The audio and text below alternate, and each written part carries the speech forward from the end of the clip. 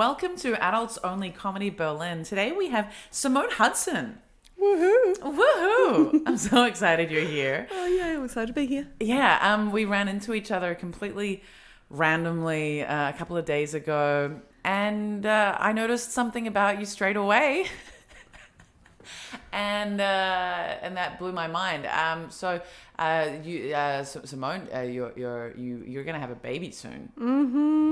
Gonna pop one out. Yeah. Yeah. Mm-hmm. And I was like, congratulations, and you were like, I only accept I'm sorry. I thought that was so funny. Yeah. No. I find the congratulations thing a little bit weird. This is a sensitive thing. I'd like to make it into a joke, but it is a very sensitive thing because I know a lot of people are trying for babies, IVF. There's all of that stuff. We didn't, we were kind of like, yeah, and and that's the question that people always go, did you plan it? I'm like, well, yeah, but just came a bit quicker than we thought. By planning it, I'm curious about that because it's like I've one of my best friends is pregnant, and that's why I'm getting the vaccine, which is super exciting, and everyone's a bit like, what? Like, you're skipping the queue just because you're friends with a pregnant woman? And I'm like, yes. Privileged pregnant woman. It's privilege. It's but gross. This thing of planning, when people are like, oh, well, is it a good thing that she's pregnant? And I'm like, yeah, well, they were, they weren't trying, but they were open to that happening. So, like, what do you mean when you say you're planning it? Well, just like I could go either way, Like I actually always wanted to adopt children, but like I think it's just such a scary change, and we're both kind of scared about that change of life, and we don't want to change our life. And so then it's like, could have had one, could have not. But then, I don't know, I do like kids. Yeah. Yeah, I like kids. I'm quite immature for my age. And then You're like, quite immature. Yeah. And I think like, I don't know, and my partner said, he didn't want to be 40 when he had them. Whereas like, I've got till I'm 40, Right? Yeah. That's where I'm at. I'm like, I'm 34. I've got like 3 years to really like not think about that. And then after 3 years, around 37, I'll start going, all right, is it going to fit in, or are there only terrible candidates for fathers around me? And I just hate it. I hate this whole society, like ticking bomb shit, and there are so many women that are panicking, and I just hate the way society pressures one. Like, the genes have changed. You can have kids at 40, And I know, look, I'm lucky that I had one. I have to say that because a lot of people do try for a long time. So I'm definitely aware that it's a sensitive issue for a lot of people. Some people go through miscarriages and loads of things. And I guess it was more simple for us, and so therefore I struggle with congratulations because I'm like, we didn't do much. That's the only thing. Yeah. Okay, I get that now. All right, so it's more like I feel like I don't deserve the congratulations. But I guess I didn't, bake a fabulous cake. I just you just didn't wear a condom. We got A to B. You got A to B. Yeah. It's and not even. I also have a lot of friends that don't have kids and don't want kids, and so I don't feel like I need to be like, there's some people that are like, you don't understand what it's like to be a parent, and I'm like, oh my God, those people. It's pretentious because it's like, we don't all need to have kids. We don't all need to procreate. That's not why we're on the planet. I don't believe in religion, so like, I don't like to put it on people. That's why I don't tell everyone. A lot of people don't. I've told my good friends, but it's not like, hey, everyone, I'm pregnant.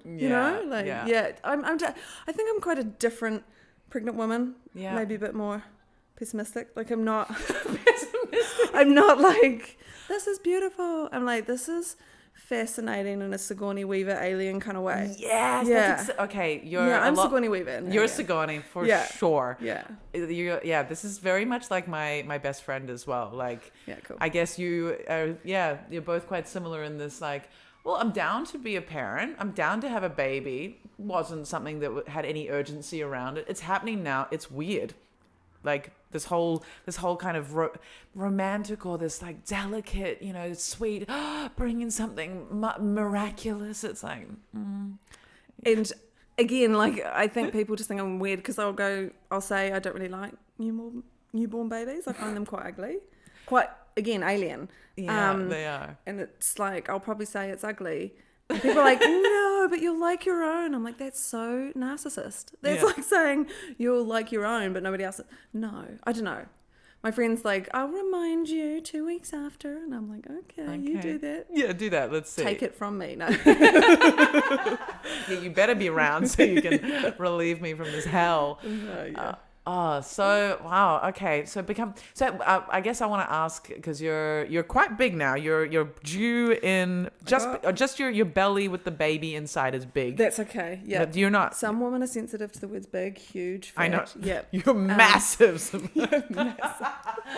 No, but your I'm belly okay. is like It's stretched out a little. You look like you've got a baby inside you. Yeah. The rest of your body, if you were, from behind, I wouldn't think that you're pregnant. Okay, that's a lucky thing. I did think I was going to expand everywhere, and maybe because I was in New Zealand for summer, and so I got to be more active. If I was here, I would have been just munching away, sitting indoors, and munching away. Definitely expanding on all angles. But look, every woman's different in that respect, and it's very difficult, I think, for some women with body image. It's a huge. I'm very interested in the area, in nutrition as well, because it is. Because you're a nutritionist. I did study nutrition. I mean, it's actually the next career path I'm going. Call me. Drop your details. Yeah. And then I haven't released the name or my Instagram yet. But okay. It's called hudsonhealth.de. Oh, that sounds very professional. I love it. Hudson Health. Well, I did Hudson Catering, Hudson Health. Anyway. Make a holistic conglomerate. view on nutrition. Anyway, stop promoting yourself, Simone.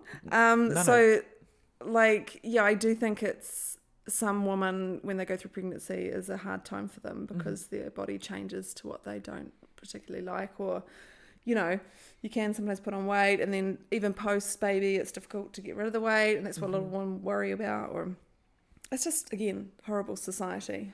Yes, horrible society. Yeah, depending on women saying you need to be skinny, and all these, famous people that have shredded weight after a week, and it's just, it's not real. No. And it's it's this huge thing. My best friend who's pregnant, she's like, oh, Anna, I'm tired all the time, but I've been reading these things that if I exercise, it's going to help with postnatal depression, but I just don't have the energy right now. And I'm like, babe, your body is going through you're growing a human inside you. No wonder you're tired. You'll get to the point where you can do some exercise, but just give yourself a bit of a break right now. Yeah. It's a lot. Yeah. Yeah, and that's the thing, everyone's different in their pregnancy, right? So some people are nauseous, some people are super tired. Yeah. And you just have to listen to your body and just, and look, exercise and all that will come afterwards. Yeah. And I think that's the struggle, having to go, why can't I do these things anymore? Or I can tie my shoes, but just, and that's, you feel so stupid, but after it all, you'll get it back, or you'll be able to exercise again, or, it's fine. Okay, so just quickly, any specific things that you've found challenging or surprisingly pleasing in your pregnancy? Challenging, I can't eat poached eggs. The alcohol thing, that was actually okay for me. Yeah, you talked about having a year off, so it's like having a year off. Yeah, kind of. Do you have the cheeky, they say, a little bit isn't bad? I'm not judging. No, look, they say you can drink a wine and drink it slowly. Yeah. I can't drink wine slowly. So just didn't do it, There's non-alcoholic beers. There's actually non-alcoholic wine. Yeah, that's rubbish. Wow, no, my friend found a good one. Yeah, really? It's a Berlin label. Yeah. Oh, I would like that, because I really like wine has such complexity to it. Wank, wank, wank. But I love wine. You're Australian, I'm a Kiwi, I know. Yeah. Exactly. We've both worked in gastronomy forever. But I really love it, but I'm just not interested in all the effects that alcohol has anymore.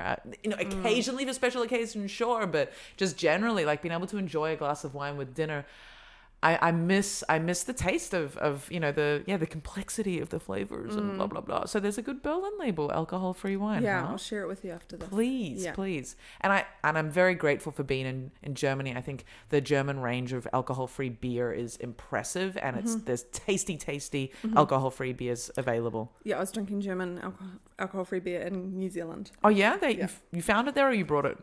Was the best one. What was I to do? Yeah. Yeah. So they had it in New Zealand. Yeah. Fantastic. Yeah. It's called Bavaria. Oh, yeah. Class. Of course it is. Of course. They're like, it's like the cake. It's like I don't know. Yeah. When I was in Australia, I was just shocked by, there's like very little in the way of alcohol-free beer. It's all light stuff. There's not a big range of alcohol-free. They're like, drink alcohol or go home. Yeah. Yeah. Like leave the country. Like. It's a bad culture. Yeah. So no poached eggs. The booze has been okay for you. Yeah. Other challenges. No, I haven't been out of whack with my hormones. You do get kind of more horny, I think. Yeah. Okay. So my best friend was like, I don't feel like having sex at all right now, and she's quite a liberated. So like she's in an open relationship. I've been in that open relationship. Nice. They experiment all sorts of things, and they were kind of lamenting like, oh, we had this foursome lined up and we couldn't do it because we went away to a place in Canary Islands, and then she found out she's pregnant. And she's like, oh, I missed that last opportunity to have a crazy foursome, and now I don't feel any libido at all. Wow, I'm more like, where is my threesome? How about we do that now before we have a baby crying? Well, she's like, well, my partner keeps telling me that like there is a stage in pregnancy where you get super horny, but then I'm gonna be, and I was like, then you're gonna be a fetish piece in the threesome. Like people are gonna be interested in fucking you because you are pregnant, which is cool. Yeah. My partner finds me really sexy. Yeah. And then I show him my varicose veins. Find that sexy? Mm-hmm. Because you can get varicose veins from pregnancy. Are they in your legs? I don't know where else. Just like in my mouth. Like no, because they're in my legs. I don't know. Like in my cheek, you know. Just so sexy. Kiss me. I have no idea. My mum had varicose veins after having me and my brother, and I know them to be on legs, but I wasn't sure if there was some like other surprises. The gravity. Yeah. Yep. Yeah. Okay. Yeah. The legs. It's more the legs. Yeah. Yeah. Yeah. I can't clinically say, but I think it's legs. Okay. Yeah. Okay. Well, you're a dietitian, so a nutritionist. Sorry. No, I'm not a qualified dietitian. Yeah. Okay. It's something I wanted to do. Actually, I wanted to get in. I wanted to do that as a post grad, after my degree. Mm-hmm. But I did sport, and that kind of got in the way. Okay. Yeah. Mm-hmm. Okay. What kind of sport did you do? I did rowing. Ah. A lot of people would never think that I was a professional sports person. You're a professional rower. Yes. Mm-hmm. For New Zealand. For New Zealand. Yeah.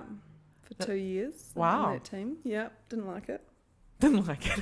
Rowing with 8 bitchy, stubborn women in one boat. Oof. Never do that again. How many hours would you be stuck together? 6 hours a day. Jeez. 6 days a week. Jeez. Yeah. You have to it's like a job. them. It's a job, yeah. You just have to get along with them, yeah. Yeah. Some of them I didn't like, but you have to be a team, yeah. Oh my God. It's blur, yeah. Rowing. Wow. There was something I wanted to get back to horniness when you're pregnant. Not that rowing isn't sexy. It's not. No. It's so sexy. All those big pieces of wood and wetness. People are sexy. Yeah, and we wear this sexy lycra stuff. Right. You can see everything, like the packages, the boobs, everything. Everything. Yeah. I also used to be a swimmer. Maybe I've just got a fascination with lycra. I don't know. I think that might be it. I see all your bits. No, what a stalker. No, yeah, a bit creepy. You know what you like. That's good. You gravitated. You became a professional creepy person in lycra. Also, people were tall. They were taller than me, and it was such a relief. Wow, I was a tall, and I was like, I'm not an ogre anymore. You know, it was nice. You found I suppose that's like for me with the comedy community. It's like comedians are all weirdos, so I feel more comfortable. Like I feel like I've really got by weirdos, you know what I mean? Like comedians, strong opinions and often kind of slightly strange socially, but good conversations. I wouldn't say all comedians, but I think weird is wonderful as well. Yeah. Because I think. I love the comedian community in a sense of feeling comfortable because we're all a bit weird, exactly, aren't we? In our wonderful ways. I think what okay, what You're going is- to take that back now, aren't you? Because I've... No. I think I just developing it. It's like saying, yeah, because all comedians are weird. It's like, no, it's because all comedians aren't embarrassed about their weirdness. They're all out there with their weirdness because they're on stage and that's who they are. And They're so I sharing think it, that's why I'm comfortable with comedians, because it's like, yeah, we accept our weirdness and we're putting it all out there, and we're not, we're not we're ashamed, but we fight through it. we share the shame. Yeah. But comedians in lycra, that could be something you could push for. Couldn't it? Yeah. Just a lycra night. Why not? I know someone that doesn't like lycra because it gets very sweaty. That wouldn't be lycra. I feel It like wouldn't be Emilio. I don't know. I was actually thinking. I was thinking Hauser. Tobias. Yeah, Tobias. That's it. Yeah, I just think about his like buttocks chafing stories. Like his very firm, round buttocks. Buttocks is such a great word, and how they're so plump and juicy that they chafe. Oh, And so lycra might be problematic. Vaseline, just Vaseline. Vaseline, pawpaw. Get That's it in it. there. Back to horny anyway. Yeah. So at what point did you start noticing that you wanted to fuck a bunch whilst you were pregnant? I don't know. Well, it was actually difficult because I was away from my partner for 4 months. Oh. But I had my vibrator. Yeah. And So my hands. At what point in the pregnancy did you separate from your partner for 4 months? Like physically after separate? 3 months. After the first 3 months. Okay, yeah. so you got through the first trimester, was like, oh, we can be public that I'm actually pregnant, and then you went to New Zealand and he stayed here. Mm-hmm. You're like, yeah, fuck off. I'm gonna... No, I went to New Zealand for family reasons, but it just happened that way, and I tried to get him out to New Zealand, but it was difficult. With COVID, yeah.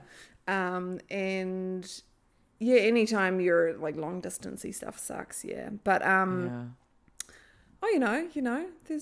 there's things to watch to get. So the horniness happened straight out, like at 3 months. You were ready to. I think it's more in the last trimester, actually. Yeah. Okay. It's once you got the true bump, right? Like it's once you're really showing that. Which is also weird, because that bump is in the way when you have sex, right? Yeah, and like your whole masturbation strategy would have to like you're going around this obstacle as opposed. Yeah, I've got. You can't go over it. I was a rower. You were made for this challenge. Yes. And no, that's no problem. And then, but the bump is kind of like this, like you're not alone. You know what I mean? There's also that, right? It's There's like this thing in between you. So behind is nice. Behind is nice. Yeah, and then me on top of him. That's nice as well. Behind you on top of him, yeah. That's comfortable. But him on top of me, I'm like, hey, don't squash it. Like, we don't want to, That would be have a squash terrifying. baby. I think for like the anxiety would come into that dynamic for both of you if you're not really. It's just like, squashing. oh, that's a bit uncomfortable. Get off. Yeah. I'm just quite upfront. That's good. That's good. Your partner's German, right? He's half German, half Irish. Oh yeah, there was a twang. He's mostly Irish, I like to think. Yeah, you like to. Yeah, but he's organised. He's organised. He's an organised Irishman. Wow, good job. Good job. Okay, I'm just thinking sex positions and. You got to mix it up a little. And even a friend said pre-pregnancy. So I didn't know I was pregnant, and so I soaked the embryo in alcohol. As you do, and to preserve it. Yes, I got it. A little, get going. And I was apparently being around other pregnant women is good for getting. Doesn't make sense. It's like the period thing. All women collectively will have their period when they're around each other for a while. They sync up, yeah. Yeah. And the alpha in the group usually gets their period first. Oh, okay. Yeah. Didn't know that. So then I was at this party and COVID restrictions were a bit lighter then. It was, and indoors a bit. I don't need to explain it. But are you like justifying your COVID? Yes, I know. This was a while back, and he asked me what kind of positions, if you're trying, isn't there particular positions that are more angled? I don't towards getting the semen hitting the egg. And I was just like, no, deep would be a position. There's not really a position. I just don't come on my stomach. Like, that's going to help. I'm not going to swallow it. It's not going to work that way. Go through my... Oh, Lord, that's funny. Yeah. But I've heard there are, and like the I think TV shows made famous the idea, like Phoebe and Friends, like sitting upright so that the sperm flows, not sitting upright, but sitting upside down. Put the legs up, yeah. Apparently, that is something. Yeah. Did I do that? Probably just as a joke. Probably by accident. Probably just like, this is what they do in the movies, But did you know when you were ovulating and? Oh, look, at the beginning we really were like, we'll just try, and then I got onto the Clue app. That was the first time you used a period tracking app? Yes. Mm-hmm. And then. Yeah, and then my partner was like, "You got to tell me when you're ovulating," because I would just go, "Yeah, tonight, let's have sex." He'd be like, "Can you just give me a warning?" He needed to prepare. No, he didn't. No, but he was like, "You can also tell me," and I was like, "Oh yeah, that's true." So yeah, I think so. But he couldn't get access to the app because one of my ex-boyfriends was like, "Can I just I'll just you just put the app on my phone and then I can know when you're." And I was like, "Nah, we're not doing this. We're not." It just seems a little too organized. Yeah, and it was also like, we're not trying to have I don't want you to know why I'm upset. Like, I don't want you to get moody and you're just supposed to guess I've got my period. Yeah. No. or just like, I don't know. I didn't. Yeah, like it wasn't a very stable, healthy thing anyway, and so it was a bit like, well, we're gonna need to organize downloading something at the same time, and I just didn't want to do it. But did your partner do that at all? No, I didn't. No. Yeah, I was like, no, I'll just tell you. It's fine. I'll tell you. You can communicate. Yeah. We can talk about that, I guess. Yeah. Okay. There was something else. Would you, if you were having sex with a woman, would you find it attractive with them being pregnant? Or would you be like, that's just weird? No, that's bucket list stuff. That's what I was telling my best friend last night. I was like, dude, I think your value in the threesome market is going to skyrocket as a pregnant woman, because that is a bucket list thing. That's interesting. I've never fucked someone who's pregnant. That's super. I'd get to touch the belly and see the apparently boobs are bigger. The boobs are bigger, and the vagina, the texture of the vagina becomes a lot fleshier according to some male anecdotes. Softer, yeah. Fleshier was the term that Christoph Schmidt used about his girlfriend's vagina. It's horrible. It's pretty bad. He was like fleshier. He was like. Can't you say plumper? Yeah, plumper. Voluptuous. It's beefed up. Beefed up. Beefed up. Oh no, that's too close to pastrami. It's very pastrami-like, isn't it? But I'd be interested to feel that, because I think if I did have a threesome with someone who was pregnant, it would be a big part of the experience. Me kind of playing doctor and feeling all the things that ooh yeah, they are bigger. Play. You could role play a lot. Yeah. Totally. And so, luckily my best friend doesn't listen to my podcast, but maybe I'm going to squeeze in some fun before she squeezes out her child. Cause it's interesting. You got to get her horny first. She needs to get to the horny stage. You've got to wait till the last trimester, right? Yeah. So I guess that'll be in, where are we now? We're in May. Oh no, April. I'm so confused. We're in April and I think she's due at the end of the year. I think it's going to be a Sagittarius baby. Oh, cool. I'm such a white woman. A Sagittarius baby. Are you a Sagittarius lover or? Nah, I'm a Scorpio. No, apparently Scorpios and Sagittarius have good sex. Yeah, we have had good sex. That's true. Yeah. That's true. Yes, obviously I'm not going to fuck the baby. No, I wouldn't recommend that, no. But inadvertently fucking the baby while I fuck my friend, maybe. Well, that's what it is, really. Yeah. That's what I mean. There's a third person in the room. That's odd. It's interesting. It's interesting. Whenever I've hung out with crazy sort of group sex vibes with this friend and her partner. It's often been lots of drugs involved, and I've often had. Why do you need the drugs though? No, you don't, but it just happened. Okay. Just happened like that. Mm-hmm. And often when we were together, the drugs is relevant for a sort of a separate point, but like it's all tied up. I would often think that there were 4 of us in the room. It was just the 3 of us. And like even to the point where I would cut up lines for 4 of us, and it was just the 3 of us, and like would be talking, and I'd be like, oh yeah, like yeah, I would just yeah. So in this case, it will actually be true that there will be 4 of us in the space. Yeah, but that is what I wanted to get back to. This whole thing of like having sex when you've got another consciousness in your body, like, or are they conscious, and how does it, like, what's the psychological process for you when you're having like solo sex or sex with someone else when you know you've got this person inside you. Yeah, I think, do I want to share this? It's a very personal question. Like, I can say, I think, yeah. Look, I noticed that it would move down. Yeah. If I'm, enjoying myself, it would move closer to the vagina. It would move closer to that enjoyment. Wow, that is so interesting. Yeah, and I was like, am I creating like a nymphomaniac? I don't know. Like, are you like? Am I? I just, I don't think so. I mean, loads of people have sex during pregnancy, don't they? So yes, it's yes, not. Yeah, yes. it's not.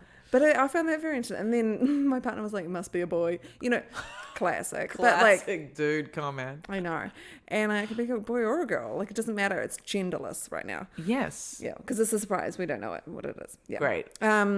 I keep joking to people like, I'm going to have a gender reveal party and blow up a forest. Then nobody got it. And I was like, California, the California fires, they started because of a gender reveal party. Gender reveal party. Yeah. They're horrible. Like, who would want to do that? I'm sorry if anyone likes gender reveal parties, but it's just as bad as, I hate baby showers too. Gender reveal party, I don't know about. Like, I understand what it must be. It started with an American woman, actually has now apologized for even beginning it. She created it. It's just gone to these extremes. These people dye their hair. Like, what it is the woman, the partners, the couple doesn't know, but someone in the family knows from the scan, and they reveal it to them on, like, in a extravagant way. But why would someone else in the family know about the gender of the child? Gender, the sex. They talk to the scanner. They found whatever. Hold on. So these are like these parties are someone outside of the couple surprising the couple with the information about the sex of the baby. Unless it's like even the partner that knows more than, it's because one little, you can go down a YouTube hole on this. Yeah, I'm gonna. And there's like, they reveal something, but it's not a blue or a pink. And then the mother takes her hat off and she's dyed her hair pink. Just like ridiculous stuff like this. It sounds really trashy. Balloons and fireworks and blow up forests and like just, they do mental stuff. Yeah. Or for this sort of fun of like revealing, you cut a cake and oh my God, it's blue inside. Like, what? What? Yeah, it's obsessive and it's... Was this 2020 or earlier than 2020? It's begun before then. Yeah. Wow. It's not just the COVID that people have gone mental. I was hoping. We need to create something weird. What is it going to be? Yeah, or just like make something far more dramatic than it. Like, why pin so much importance on a gender? Yeah, and that's what I don't like about it too. Yeah, why does it have to be so important? What frickin' gender it is? And it is a common question. People do ask, "Is it going to be a girl or boy?" And again, I'm like, I don't care. People have been asking you that. Yeah. That's interesting. I think for me the question is always... Again, society. Yeah. It's been a common question in the past. In NZ, was it more of a common question or equally common in Berlin? Well, some people phrase it, do you know the gender? Okay. And some people phrase, do you know what it is? Do you know if it's boy or girl? So Okay. Yeah. For me the question is like, are you finding out or are you waiting? But yeah. And some people like to know so that they can organise and... Yeah, like often parents want to know, like the... I don't want to know. It's not going to wear blue or pink. Yeah, right. It's going to wear whatever colour I get second-hand clothing from. Yeah, exactly. Exactly. Secondhand baby. Yeah. Yeah. Secondhand Just wear, baby. you'll wear what you're given. Like, I couldn't adopt, so at least you're going to be wearing secondhand everything. Oh no, I wouldn't call adoption secondhand. No, But, it sounds terrible. It is. It is terrible. To all the adopted people, I love you. Yeah, me too. I've got friends who know people. Edit that out. Never. It's too offensive. It's got to stay in. Sorry, I'm the one that'll get cancelled. It's fine. Wow. Okay. So baby gender reveal. Yeah. Horrible. Even baby showers. I find baby showers very give me a present. Yeah. It's kind of like Look, weddings. I don't want to take it away from people that do enjoy those things. But it'd be great if we could. Well, then have I've stopped drinking for 1 year party. Exactly. Why is the emphasis on this baby thing or marriage? I'm also not really into marriage. So like, how long have you been? Not that it's that important, but how long have you been with your partner? Like 7 years. Oh wow, that's awesome. I'm always so I'm like a encouraged. 7-year person. So like, You're a 7-year person? I'm a 2.5-year person. Everything breaks down after 2.5 years for me. Everything. Wrap it up. Yeah. Oh Lord. 7 years. Well, you said you're a 7-year person because I think so. what does that mean for you? Well, not really. I don't. That's not a goal of mine. But sometimes in life, you know how some people have cycles. Yeah. 7 years is often the cycle. For I don't things, know. they say. I'm kind of making that up. I think sometimes I've finished things within 7 years. Sometimes it's 10. And this is not a finish. I love my butter. No, but I think I always said to myself, if I'm with someone, I'd have to be with them for a long time before I'd ever have kids. Yeah. So I had this in my mind that I'd need to at least live with them for 5 years, which we have, That's great. But it wasn't really planned out. It just happened. I think like I take a bit longer, and he's actually my longest relationship ever. Before that, it was like 8 months. Oh, wow. Yeah. Oh, wow. So he's a keeper. He is a keeper. Mm-hmm. You're a keeper for him. And that's beautiful. Yeah. So all your relationships before him, the longest ones had been like 8 months. Wow. Because I was selfish. Yeah. Were you? Because of sport. Ah. Yeah. Sport's a selfish thing. Yeah. Okay. Comedy's not a selfish thing. Yeah. Any career that you obsess on can be, can't it? Yeah. But I would definitely say, like, apart from, so when I quit sport, I was actually more willing to commit to a relationship. But before then, I was really bad at them. These guys would like me, and then I'd be like, oh, this is nice, do my own thing. And then they'd be gone because they'd be like, she's not giving me anything, and I'd be like, damn right, no, just give it all to me. I think I was selfish, and then.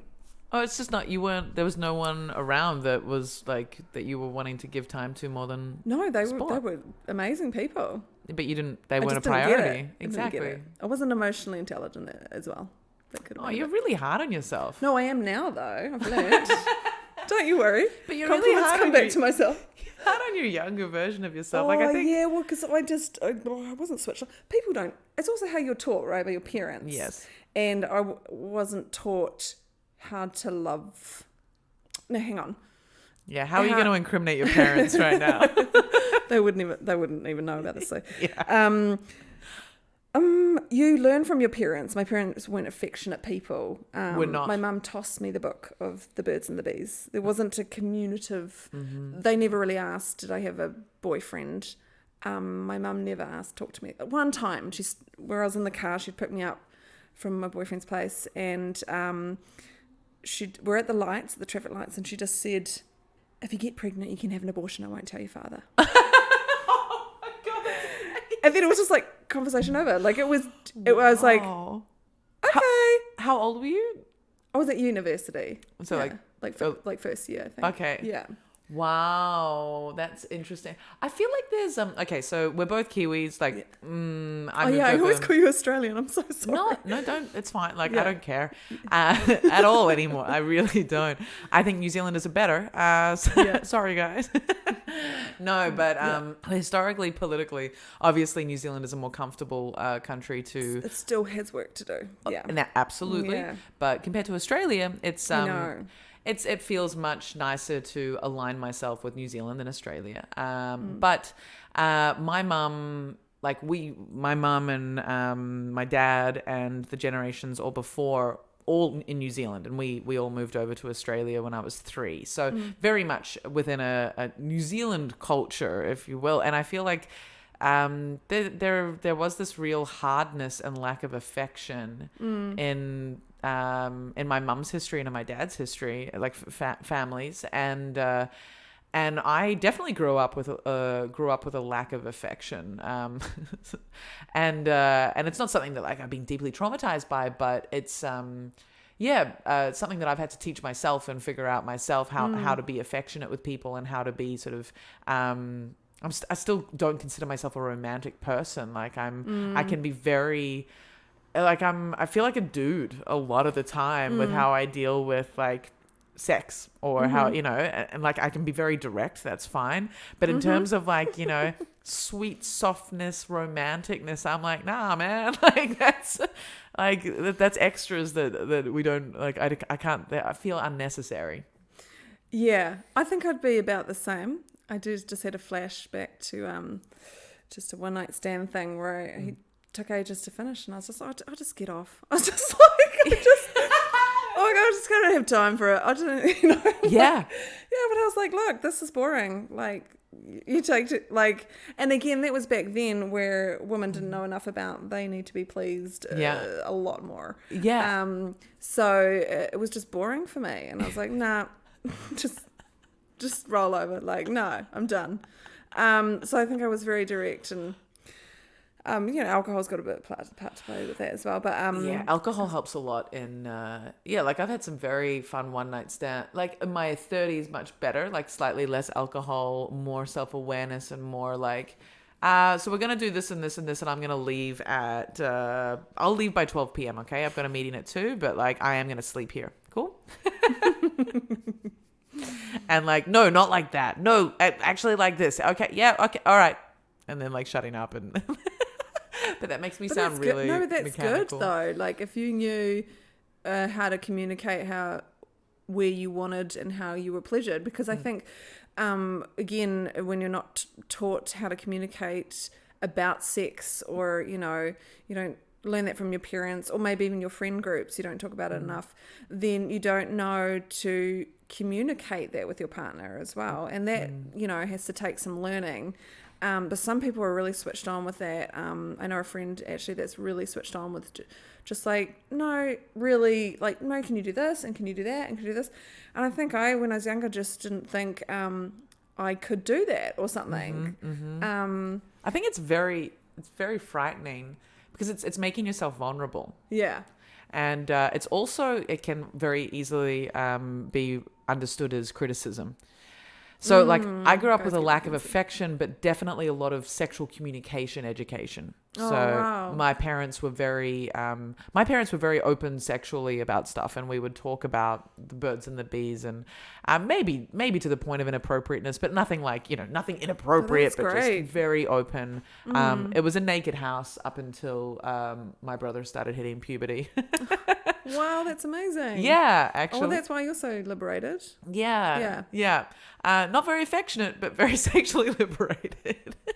But I think that, then we can go back to the New Zealand culture with when it was PDA. Do you know PDA? Personal, public displays of affection. Yeah. So if anyone's kissing anyone else listening to this, if you are kissing out in the public, if you're showing affection in public, someone would go, oh, PDA, or they'd go, get a room. It was so like wrong to show affection. Yes. And I had a friend that actually, she did it really well. Like she could show affection in such a nice way that you didn't go get a room. Do you know what I mean? Yeah. And then I travelled around Europe in 2006, so I was still at uni. Mm-hmm. And I, on a very low budget, just ate biscuits and bread, and got fat. No, and then, so I went through Italy, and there were people like just dry humping right there as I went past on the train. And I was like, wow, because it was... And it was so weird. And even the men there, oh my God, they're so forward. Yeah. You'll talk to them for like 1 minute. Problematically forward. Yes. And you'll talk to them for 1 minute and they'll be like, Chabella, and like, where are you going next? And I would be like, that's creepy. Like I was talking to a guy on the train and then he goes, you got such beautiful eyes. And I was like, you crossed the line. Like, yeah. Oh my God. So we weren't used to that. Yeah. You just forwardness. reminded me. I was on the phone, like admittedly earphones. This was just 2 days ago, or even last night. 2 days ago, I was getting out of the train on at S-Bahnhof Neukölln, and I was walking out talking to a friend on the phone, and this guy touched my shoulder, and I was like, "Hey, what are you doing?" Like I was talking in German. I was like, "What are you doing?" And he was like, "Oh, sorry." I'm like. Don't touch me. I don't know you. And he was like, yeah. Okay, but excuse me. And I was like, what? Like, I'm on the phone. What? He was like, you have beautiful eyes. I was like, don't touch me. And walked across the street. Was that your answer to the beautiful eyes comment? Yeah. Just don't touch me. Yeah. Don't even look at me. I've clearly been in Germany long enough. I was like, what are you doing? But like in COVID times, touching someone. I know. And then like I'm so on sad. the phone. I'm telling him on the phone, and he continues to try to like seduce me with a compliment. Wow. That's nice. Got beautiful eyes. Yeah, wow. Just don't touch me. Touch me. Like, He must have been looking at you at the S-Bahn, on the S-Bahn. Maybe. Oh, that's nice. Analysing your eyes. Analyzing the eyeballs to the point where it was just this overwhelming compulsion Need to tell you that. Yeah. He couldn't finish his day without making sure that I knew that he thought my eyes are beautiful. Thank God. Men, right? keep it in. No, I think I also was on a bike with some friends. We're biking to brunch. That's right, at the old Bopstrasse one, the Australian one. Yeah. And no promotion there. Can't remember the name. Anyway, this guy just smiled at me, and he just was like, "How you doing?" Yeah. Flirting with me on a bike. I love it. It was amazing. That's yeah. beautiful. And I was just like, well, they just made my day. Yeah, really. Like sometimes it's nice when it's done nicely. I do often Just don't touch me. Just don't touch me. I'm very cynical though, because usually the guys that are forward and make comments do not. They seem, from my experience, to not be born of German parents. Yeah, like maybe they've grown up here, but they've got a different culture in the mix. They're not German. Yeah, well, that's what we've been in Italy. There was just this forwardness and this intensity, and the catcalling, which I did not appreciate. No. And then the ciabella, they say ciabella all the time, and I was like literally waiting for a bus, and this guy was like ciabella, and I was just like, look, I'll smile at you, and then I'm going to ignore you. Yeah, because I don't want to talk to you. Yeah, I'm sorry, just not my day. Yeah. And then he moved closer and closer and kept on going. And I was like, can you just give up? And that's where it's too much. I'm like, you need to pick up on some signals here. Yeah. You know? Do you, okay. Yeah, there's a few things here. So that is where I don't like men that keep going. For sure. When they don't see the signals. And that's where there needs to be education. We could go down a tunnel and we could talk about what happened in England, Yes. It's not a woman's... We were taught through high school self-defense courses. Yeah. We always had the conversation, how are you going to get home? Yeah. Put the keys in your freaking fingers. Yeah. What would happen if I got attacked? Well, it's always us being the victim. And this comes from a long history of women being controlled. Yeah. But things need to change. It's education of men. Yes. Men need to stop going out. Men need to keep their dick in their pants. Yes. Men need to recognize that they can't pursue a woman to a point where she's uncomfortable. She says no, leave it. That's it's a it. no. Exactly. And There's no like you're going to convince her otherwise. As soon as a woman is saying no thanks, she means it. You're not entitled to anything there. And that's the big difference. Entitlement, like the big difference that I noticed after living in Germany for, it's now 5 years. When I go back to Australia, it's amazing. I'll have these, firstly, Australian men are much more forward than any German man. So like, a man will come up and be like, hey, how you doing? And whenever I'm in Australia, I don't have time to talk to strangers. I've got the friends that I'm seeing for the first time in like a year and a half. I don't know when the next time will be. We've got stuff to talk about. Like you're interrupting my very quality time right now. And so I'll be very, very direct, but like not. It doesn't matter if I'm rude, but I'll be very direct and just be like, sorry, I'm talking with my friends. I don't have time. And then they push and there's this. And then when you're like, dude, no, like, please leave. They're like, fucking bitch. I'm just trying to why can't you just be nice? And it's like, because you don't deserve a place next to me. You don't deserve my time, any of my attention. And I'm not going to listen to you. Like, I just like entitled is the biggest thing. And it's just, that's what needs to change and be taught in schools, like, Yeah, it starts with education, and it's such a deep thing. But I actually was having a conversation with a German comedian, male, I won't mention any names, and it was around the subject of, I said my life in Berlin, I've got a better quality of life here than I would in New Zealand, which was a shock to that person. And I said, what do you mean? I have a friend in New Zealand and he has a better quality of life there. And I'm like, okay, like a really German comedian. And he said, are you sure? What? Oh yes, 27 years of my life in New Zealand. I'm not sure if I mean that, what God. And I did a wee comedy bit about it and just like went off on one because it's just like so angry. Why do you think you're entitled to tell me? To doubt my experience? Yeah, to doubt that I feel that I have a better quality of life here. And it's incredible. Yeah. And yet not incredible. Like, it's totally normal for people and specifically men, it's you men that will doubt our not all men, experiences. there's some men that are really cool. No, I love my men. Like most of my friends are men.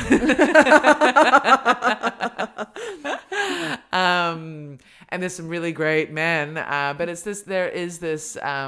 such an early starting point education of like having this sense of entitlement to ask questions like that, to doubt people like that, and I think it's so deep and subconscious. They're not even aware of how outrageous their sort of assumptions or like taking up of space or like doubting you or their overconfidence or it's incredible. And it sucks because women do struggle with this imposter syndrome thing, of like doubting what they've just said or doubting their intelligence and things like that.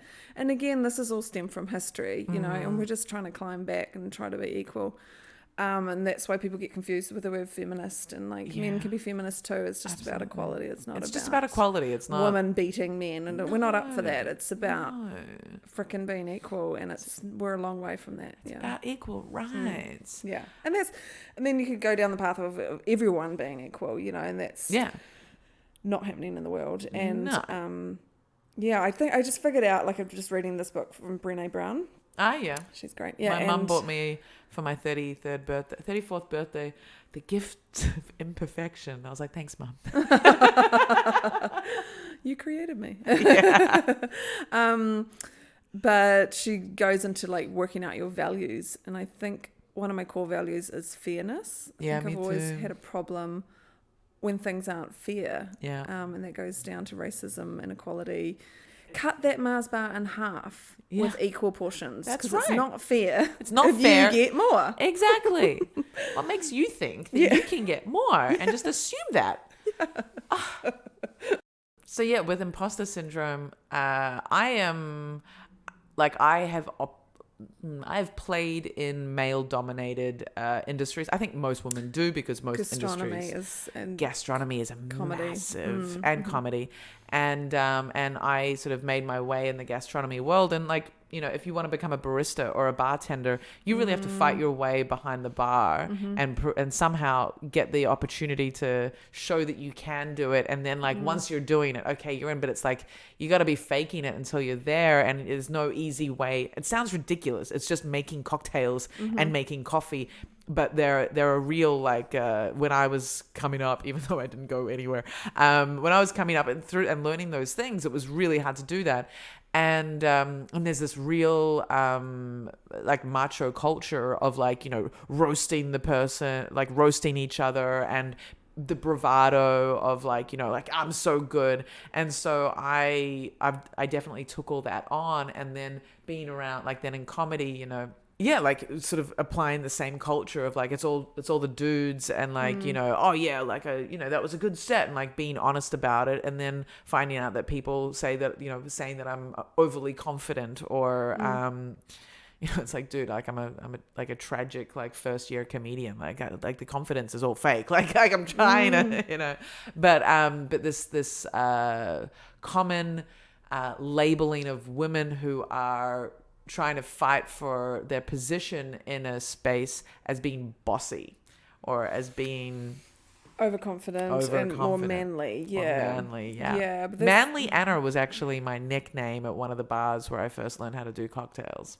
Wow. Manly but that's the Anna. sad thing about inequality with men and women, is that, you know, it's the same if you look at politicians. You know, the woman that lead, let's say back in New Zealand, we had Helen Clark, Mother of the Nation, and, you know, and she was more manly.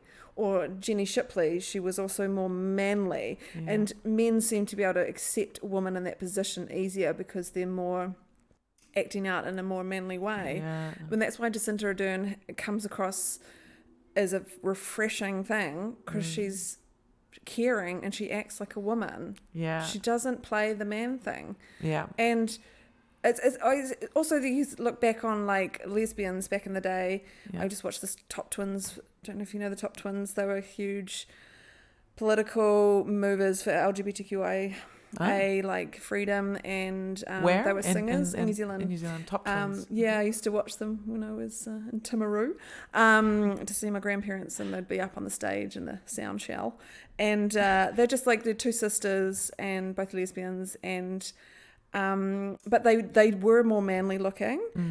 But that was back in the day. That was something that was like, yeah, you if you're buff, then you're a lesbian. When I moved to Berlin, actually, like 8-9 years ago, it's natural that I swear. And is it a New Zealand thing? I don't know.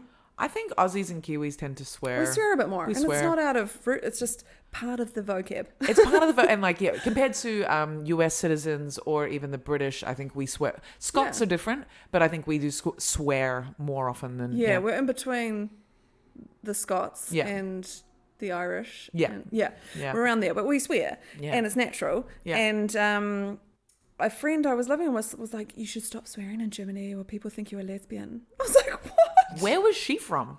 Dresden. Well, there we go. But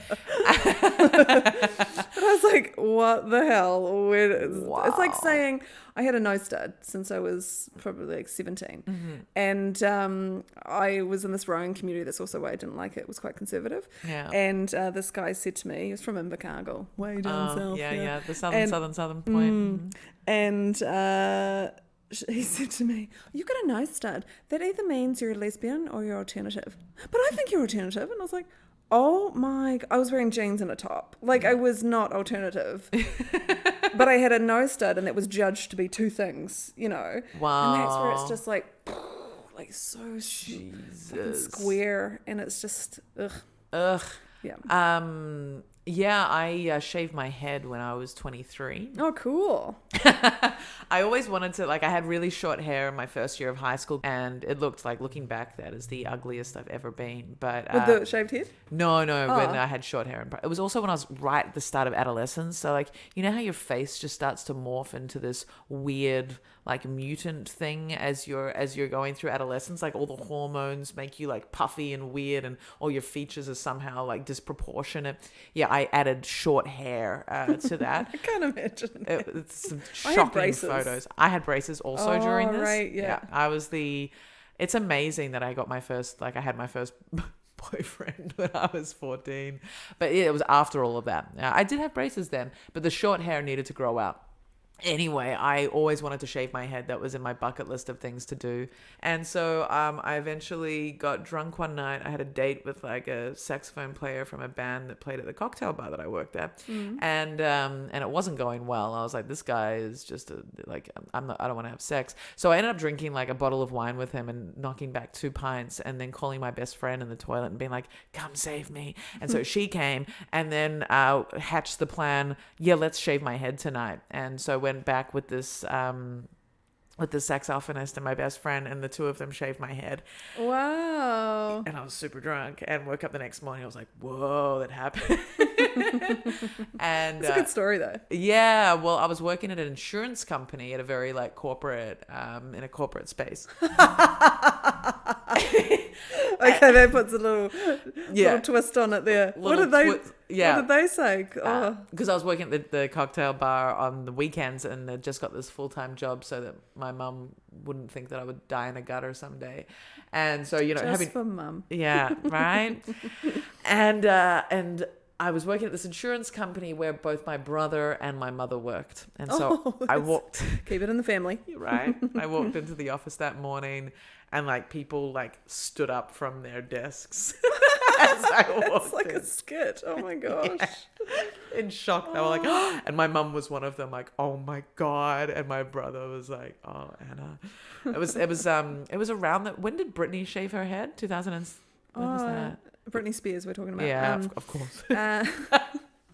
I didn't know Britney back then. Oh no.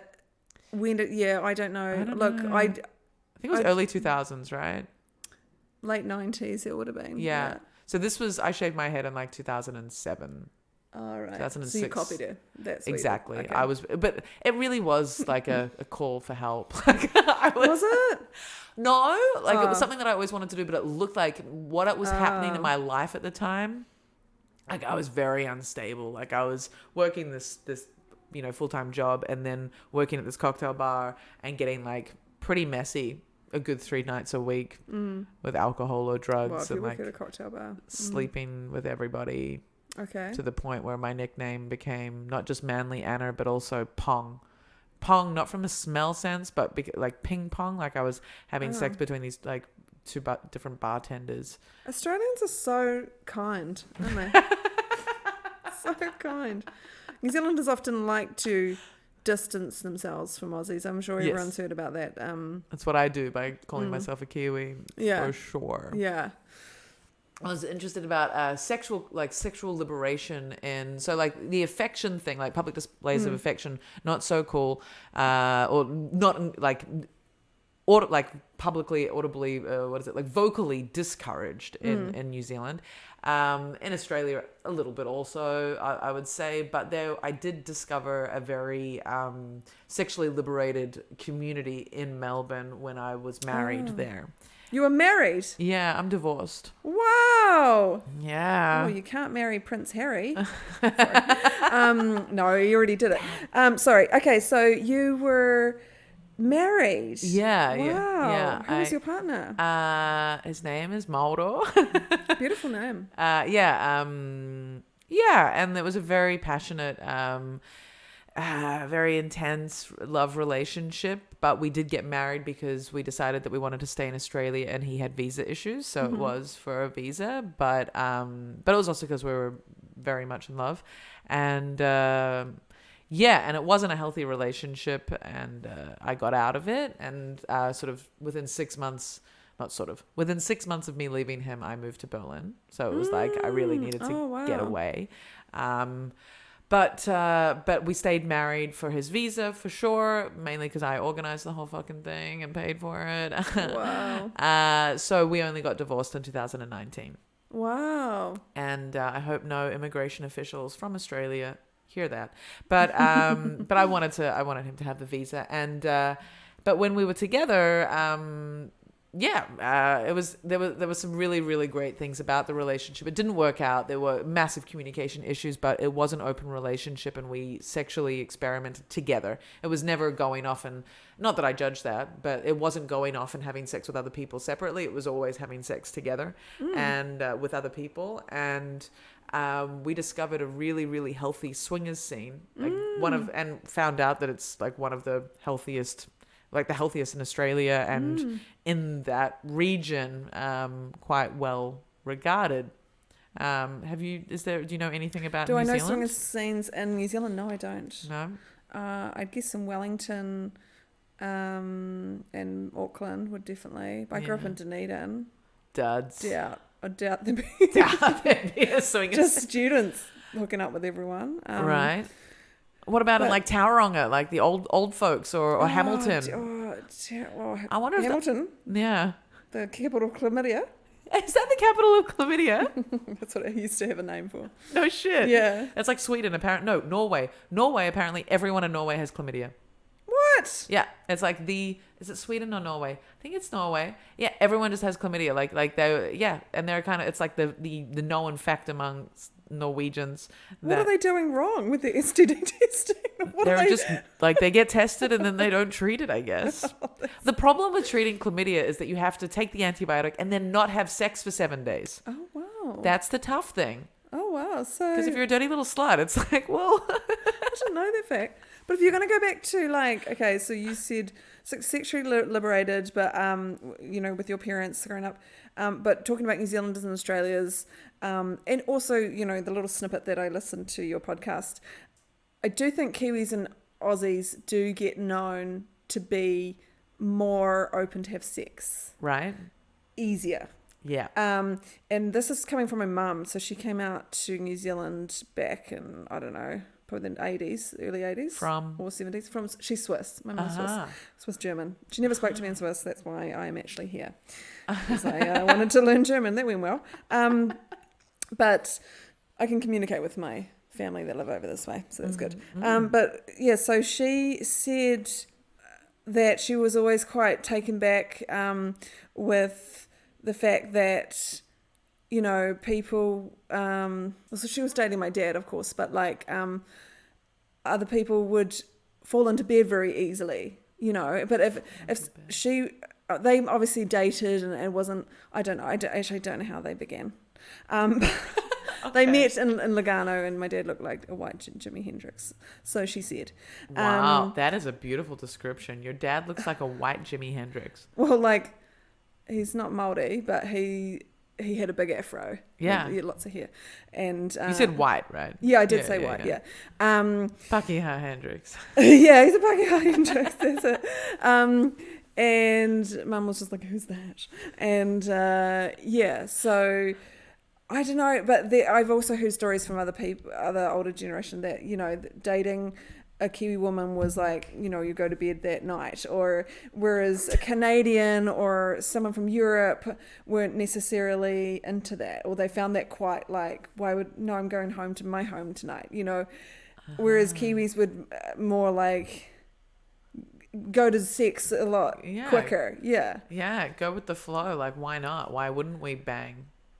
Well, and I don't know, like And I think Australians really have this reputation, like around the world, Australians go traveling, Kiwis go traveling. I think it's that thing because you're so far removed from the rest of the world. When you're going traveling, you're going to make the most of it because you might not ever get back there again. So why not shag whoever you're having fun with right now? I actually do think it's directly related to the drinking culture. I think it's directly related to the drinking culture and also the kind of YOLO traveling culture of Australians and Kiwis. And the more like maybe chilled attitude. Chilled, laid back, yeah. Yeah. And the relative directness as well. It's like drinking But culture. Aussies are direct. Kiwis are not direct. Kiwis are not direct. You're right. They like bitch around people's dance back around. before we would go straight. It's so true. Yeah. Like Ian and Bella was like, no, I was saying that, no, Dragos was saying that Australians have a all my reputation. podcast people, I'm just going to... They all think that Aussies are sluts, all right? Really? Yeah. Well, no, they don't use that term. I'm using that term and I don't use it in a negative way. It's like, we're known for having sex in hostels or, on the first meeting, there is a reputation, they're loud and they're like pretty free loving. When was your first one night stand? My first one night stand. Well, I guess like in high school, you wouldn't consider them one night stands, even though they were sexual adventures without penis penetration. Like there were lots of people that I would just hook up with at parties. Like lots of people. Well, it's good. I think that's really healthy to experiment. Yeah. And I kind of wish I'd experimented more. I think I was ostracized for it. I went a bit too hard for them, as you would be, and that's the issue because and I don't know what it's like here in Germany, but you know how they're so comfortable about being naked, and I think that's so nice. That's nice. Yeah. We don't have that. If you're naked, it's illegal.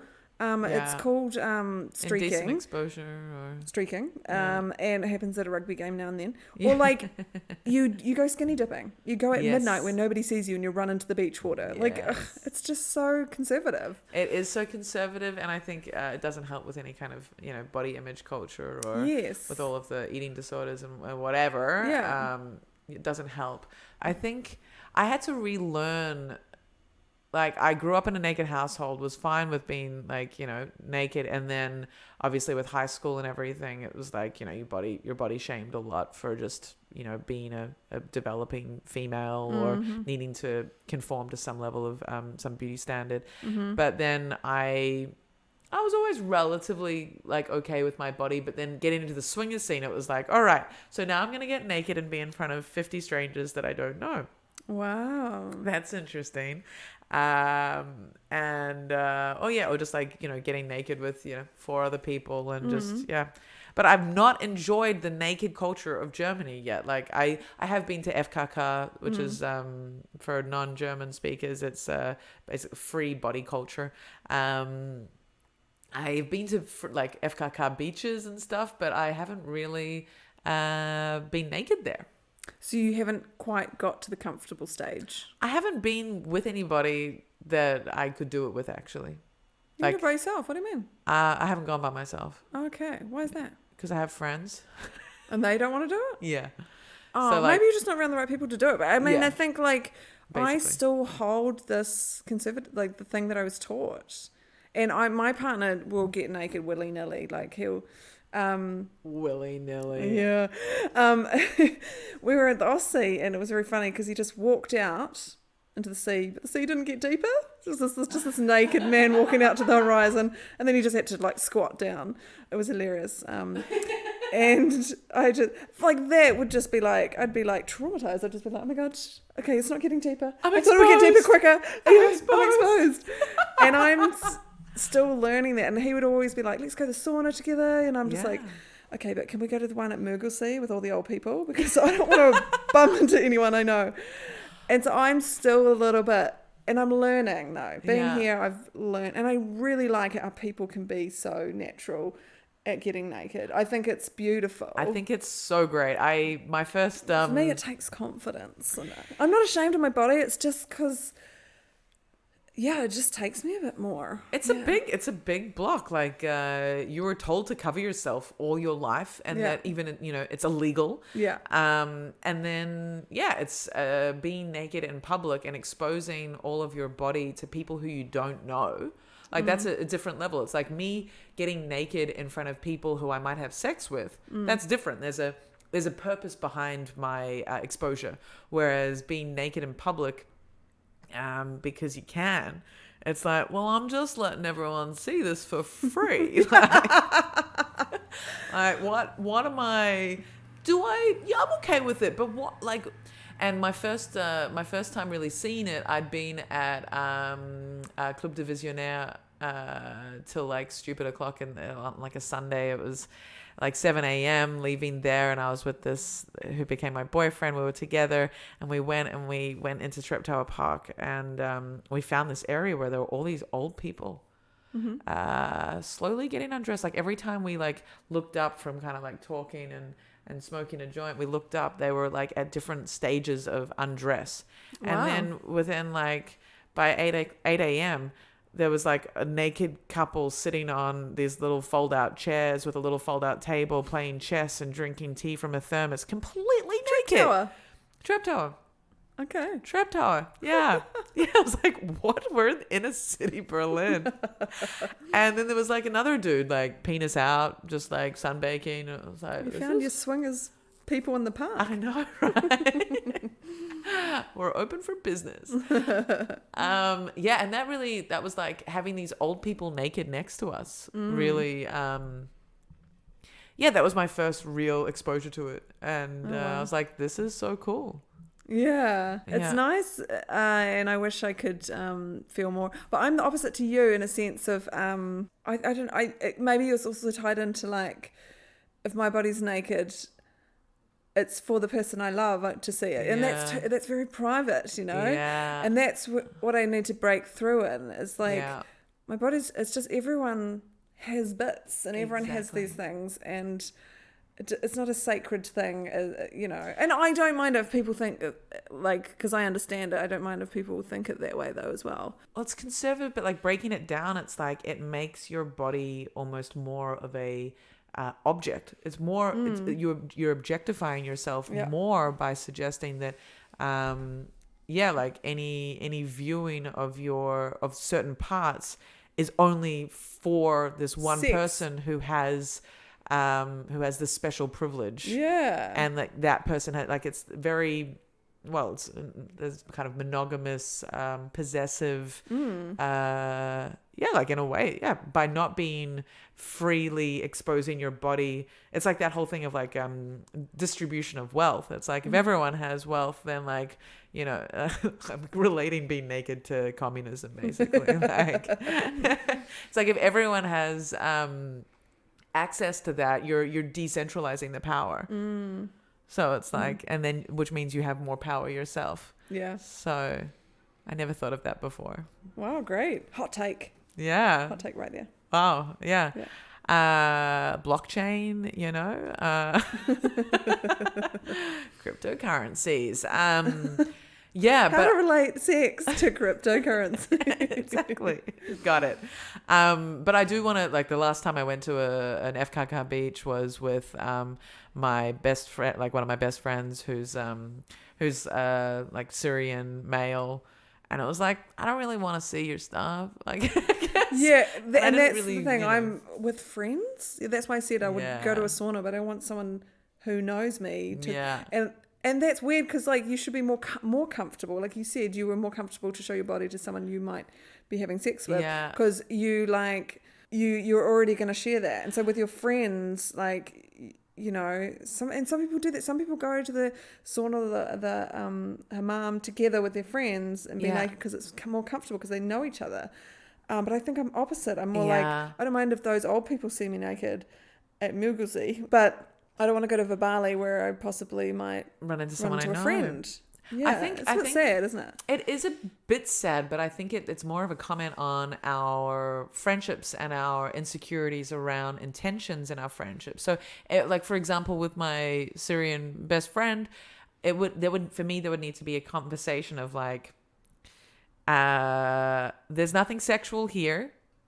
Let's get naked to destigmatize this. This is all of ourselves. And like, are we ready to step into this? Like, it would need to be quite a formalized experiment to, you know, level out and remove that kind of stigma or those, you know, sexual tension insecurities.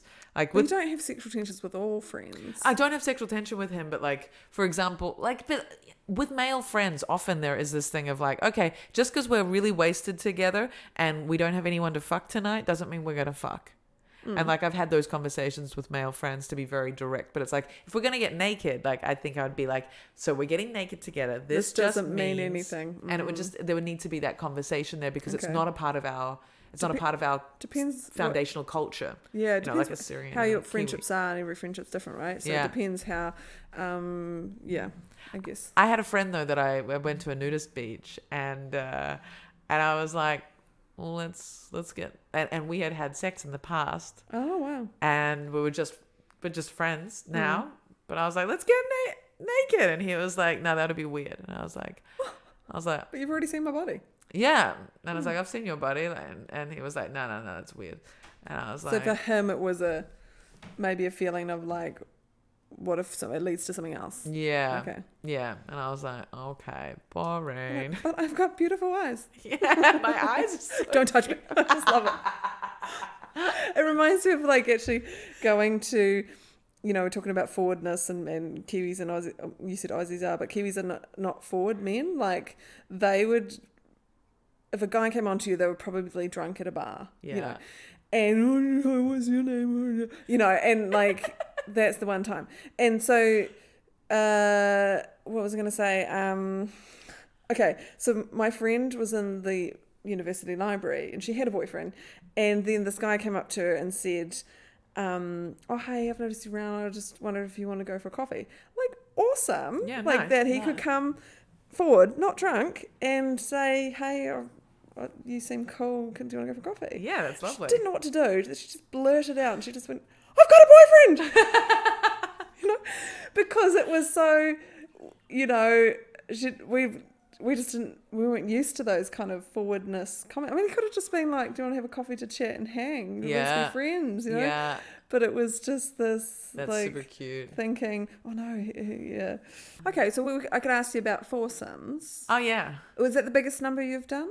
Or No. swingers? Okay, what's the biggest number how many people in an orgy has worked? And how does it, you just swap part, I find that hard I haven't had an orgy, so how do you all get it? Does someone feel left out? Is someone in a corner going, touch me?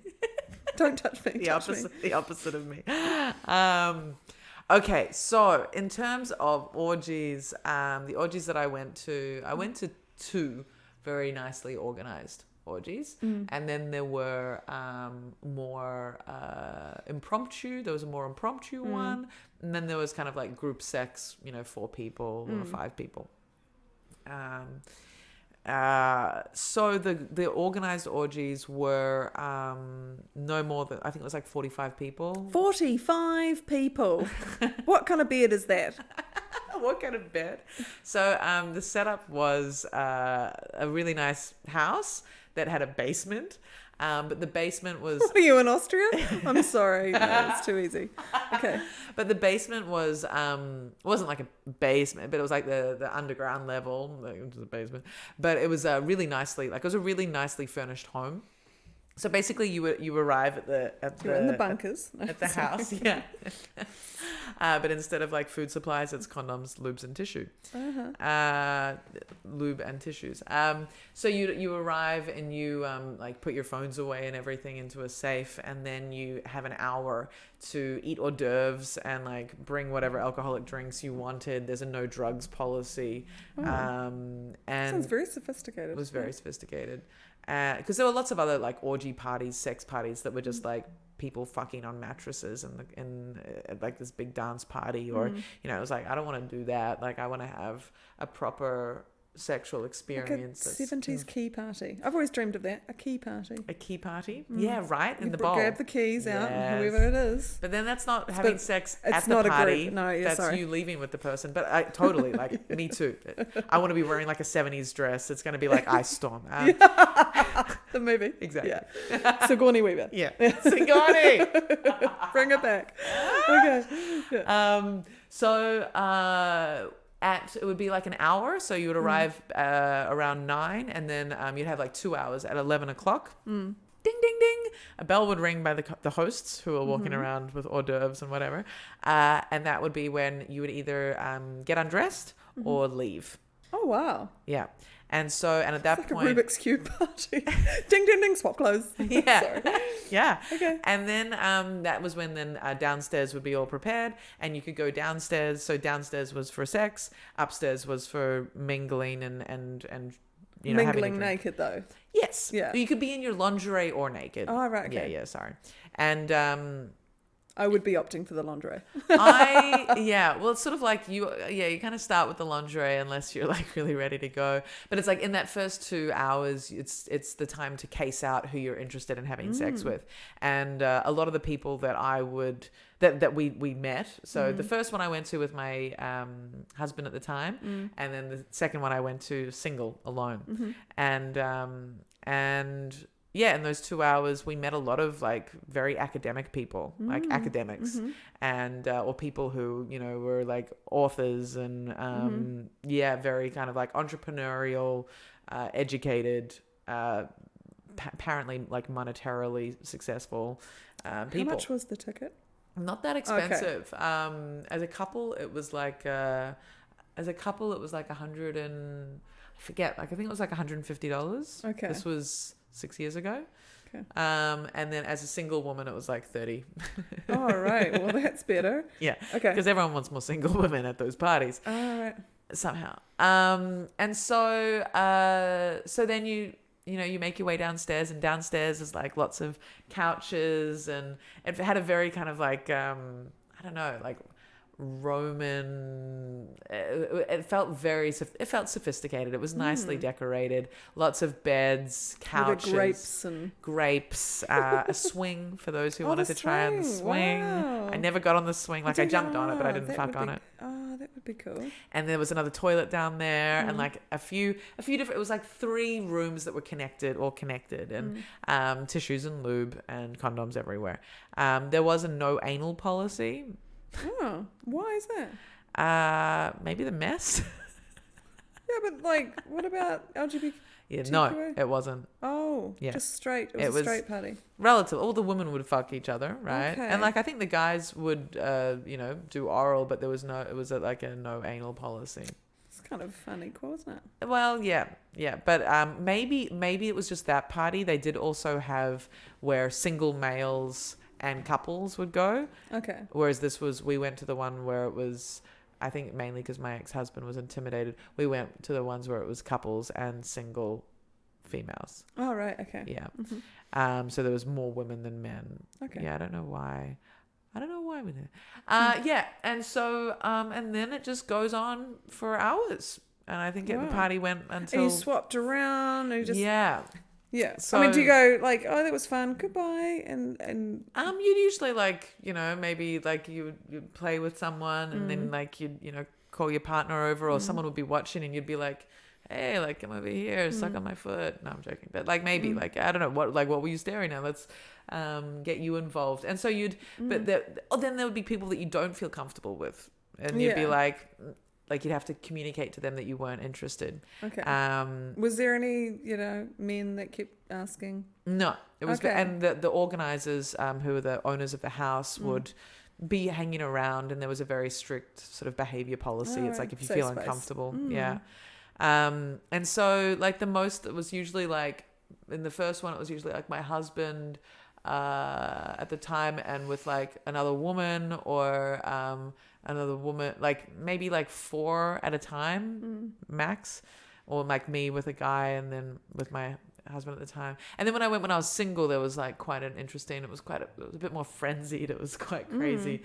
And there was it was like a bed, and it was like 4 of us on the bed, and then there were people sort of standing around also kind of getting a bit involved, and us kind of switching between the people on the bed. Pretty much like ping pong. Yeah, pretty much. Exactly. King of the court, ping pong. No. The ball was never falling off the table. It was round and round. Yeah. No, that sounds very interesting. And was there music playing? Yeah, there was background music for sure. Yeah. Because the sounds would be. Yeah, and I think there was even a TV screen in the basement with porn on as well. Right, nice. Yeah. And people could just sit and watch. Like when you weren't having sex, you could just like hang back and like masturbate. What? Wow, is that a creepy thing? Did you like, or is it just normal? I think if it's the first time you're exposed to that, it's like the first time you go to Berghain and you see someone just like masturbating in the corner, you're a bit like, I'm fully clothed, and that's not what I'm here for. Yeah. But when you're in an orgy setting, it's like, well, yeah, like there's sex all around. Yeah, and it's kind of like, And if they make you feel uncomfortable, then, I think at one point at one of these, I was a bit like, oh, I don't like that guy. Can we get away from him? Can we go to another room or another part of this area? And we did that. Yeah, so it felt when it's creepy or when it's not. Yeah. Yeah, okay. Yeah. And then it's like, I remember when I was there one by myself, there was a guy that I was like, oh my God, this guy is so hot. And I was like upstairs, like trying to get it to the point where it was like, let's fuck. But I couldn't, like, also I noticed at that party that there were more people that I think were on drugs, even though there was a no drugs policy, and I didn't like that. And I was like trying to sort of, he just seemed like he was somewhere else. Oh, didn't seem that present. Okay. And I was like, you're super hot. Like, you want to, I was like, but I didn't, still like in your lingerie or like half naked and you're talking to these people and the intention is to have sex. I was still kind of shy to be like, do you want to go downstairs? Oh, wow. Yeah, because he had like some friends around him, and it wasn't that second one. It didn't feel so purely couples and single people. It felt like there were a lot of people that were kind of single that had just come with friends and they weren't actually legit couples. Yeah, it was a bit, which is fine, but yeah, different kind of power dynamics and kind of like friends of friends seemed to be there. Whereas the first time I went, it seemed very much like couple, single female. And so people were interacting a lot more.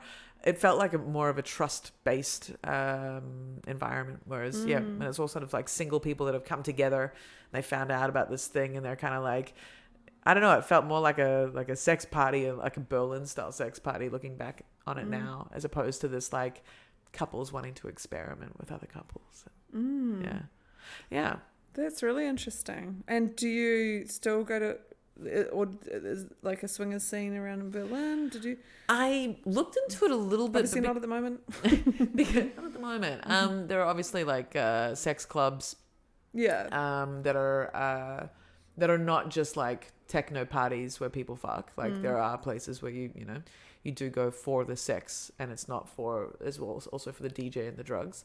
But are you saying then is Kit Kat Club something more generic that you look for like more underground stuff? Yeah, well that's more like Kit Kat is not for me a sex club that I would go to. It's like having sex on couches and like there's no facility. It's not made for that.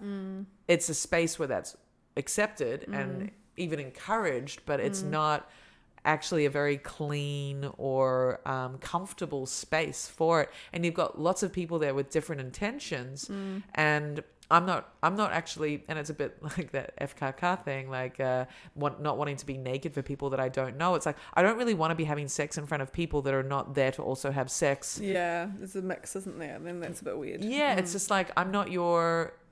That doesn't feel like a fair kind of, it's not a transaction. Environment. Yeah, fair environment. It's like, okay, you're going to watch me. I don't I don't know you. I don't know what your intentions are. There's a lack of safety in those environments for me. Whereas there are sex parties and there are sort of communities here, but because I haven't been in a relationship with someone who is interested in those things like I would be if we both have an interest in exploring them, I haven't had that partnership, so I haven't explored them much. But I have had threesomes and I like quite a few different not that many, but like there's the app Field where I met up with a couple, and then there was Field. That's a good name. It's a great name. FEELD. Double E. Oh. LD, like field, like the incorrect past tense, but also field. But even on a field, the field, you could get a load of people on the field. Yeah. Just imagery right there. It's a great name for an app, but it's all sort of people that are in poly open stuff. And if you want to have a threesome or a foursome, whatever, it's the perfect app. But I sort of stopped wanting to be the third wheel after a few experiences where I was like, ugh, I don't want to be told to leave. Like, I'll make my way out, man. But like I stopped enjoying being that third party. Okay. Are you an outdoor sex lover? Not necessarily. No. Oh, right. No. Why? Well, that's an interesting question. Is it? How did you get to that? I was just thinking about it. Like, some people are really into outdoor sex. Are they? Yeah. Oh, then I think it's fun because it's exhilarating. Are you into outdoor sex? Yeah, but like, so is my partner. I don't. I mean, it's more like, yeah. Some people find that quite exhilarating now and then, and I definitely, if you think of fantasizing, it's more like, you know, in particular different space, not at home. All the time. Yeah. So like, give me some locations then. Well, usually nature is a great one. Nature, like specifically. Oh, well, we're in a particular area and there was nature. You're climbing up here. On the bank of the Spreewald. No. Yeah. But like, I mean, I think it is nice because you're outdoors. Because you're outdoors. You know, you're getting some fresh air. You're seeing some of nature. You know, mosquito bite on your vajayjay. No, I think, I don't know. It's about nature. I think even when my first ever boyfriend, you know, we'd go to the beach and play. It was probably because we couldn't go to each other's houses. Exactly. Yeah. I think I was first fingered in a park. I'd always, you know, sex on the beach. You know, yeah, right. Just like, oh, got to do that. Yeah, and I did it, and I was like, that was too much sand up my butthole for sure. Like, I didn't know. Sand in my eyes. Yeah, it was horrible. Yeah. I haven't had sex in nature that much. I think I don't get out in nature that much. I think that's the issue. Like, I've definitely had sex on the beach, parks, sure, not that many parks. And then like up against the dumpster, but I guess that's not nature. Up against the dumpster? Up against the dumpster in a city alleyway. I'm more of an inner city girl. Where were you, girl. New York? Melbourne. I'm more of an inner city girl, like, you know, toilet cubicle in a bar. Yeah, you know, like I guess these kinds of it's naughty. Yeah. settings are more what I've done. Yeah. Or in that like can be exhilarating too. Yeah. I guess. Yeah. I know someone that did it in an aeroplane toilet. Oh fuck! Always thought about that, and I was like, dude. But how big was the toilet? Because you know there's bigger ones. There and are there's bigger smaller ones. They must have chose a bigger one. Unless they were a big person, then I guess. They weren't big. But those toilets are tiny, they're aren't tiny. they? And every time I go in them, I think about it. I'm like, how? Yeah, you know, every time I go in there, it would be very up against all sorts of walls. Even just masturbating in an airplane toilet, I'm like, I just feel bad that I'm making someone wait. Like that's there are not enough toilets on the planes, and I'm you know, I even feel guilty if I like clean my teeth and go to the toilet and wash my face. Like I'm not. I've got no guilt around that. I've worked through it, but I still like I'm still really conscious at the time. I'm like, so if I like tried to have a quick maz whilst I was in there, I'd be like, this is really pushing the generosity levels. Yeah. Yeah. Noise would be an issue too. What are they doing in there? What is someone doing in there? I would love to join the Mile High Club for sure. I would love to. Yeah. I just haven't had the opportunity. Yeah. There's a few things on my list that I need a partner to join me in the craziness for. And I'm looking forward to one day having that again, to be like, hey, this is a crazy idea. Let's do it. That's awesome. Yeah. One day. But, you know, in the meantime, I'll just do it by myself. Oh, you'll meet your match. Don't you worry. Let's see. It's going to be quite a match. Yeah. I don't know. I don't know if it's going to be in Berlin. Okay, that's another. Yeah, you can go down the tunnel there too, can't you? Right. Yeah. Yeah. But look, I reckon you can, and I think it comes down to widening your circles, or I don't know, friends of friends.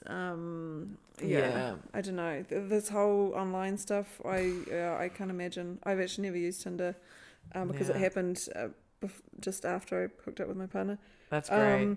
I had never used an app until I had a break with a boyfriend, and I went to Portugal, and I was like, "Fuck, this is easy," and used it. And then it was only when I decided to stop having sex with comedians that I really got onto it, because I was like, I need to get out of this circle, and I need to stop fucking where I work, and that was the only reason. So it was only like really from 2019 that I really was experimenting. But that doesn't make you feel awkward in any way. What, having had sex with comedians? Or that are still your mates? It was an easy transition. For me, it's because it's like like all of them, either they were all relationships of some sort, you know, and they're all still friends, and it's like, yeah, that happened and we're still good. Yeah, that's good, because it's not always that way, you know. No, I agree. Like most of my ex-boyfriends, because there's so much emotional pain there, I can't see them, you know, or ex-husband. Whereas with the comedian community, it's, so far, like I don't feel like I've burnt any bridges there. That's great. Maybe someone else would disagree with that, but I think we're all good. Cool. Plug something. I've already plugged myself. Yeah, so Go West Comedy is a show. Sorry, yes, Go West Comedy. Oh my God, we've got an upcoming show, April 14th. This is comedy. I forgot I was in comedy. Like the comedy stuff. Me. Oh my God, Go West Comedy with Ben McLean and myself. And we've hosted the show through the pandemic because Ben is amazing with technology. He's got StreamYard that he's just nailed, and it comes across really professional. So he's amazing at all that stuff. And even when he was in Canada, I was in New Zealand, we still did the show. It's a really good show. It's LGBTQIA friendly. We usually do it at Aha, which is an amazing venue. So the shows we do online, we do if you'd like to donate money towards them, because you know it's very hard to keep a bar kind of going through these times, you know. So they're amazing. They're all volunteers as well for that bar, and that bar's been around for like 40 odd years. Like, it's amazing. So yes, if you'd like to come watch our show, we've got a really fun lineup. We've got David Haley, we've got Cameron Moore, we've got Ingrid Wenzel and Philippa Schulter. And me and Ben always do a little video. So that's awesome. So, and we give prizes. We have a quiz or something else, and we love it when people talk to us on the comments section, and it's just fun. That's awesome. So come join us Wednesday 14th for the last show for Go West Comedy online somewhere. You can find Go West Comedy on Facebook. And follow Ben McLean on Instagram or Facebook, and awesome. Find it all there. Awesome. Thank you so much for having me. It's been so lovely. That's been Adults Only Comedy Berlin. If you aren't following me on Instagram, fuck you. AF Barros. Also on TikTok. Also on Clubhouse. We're doing Adults Only Comedy Lunchtime Filth weekdays at 12 p.m. till 12:30.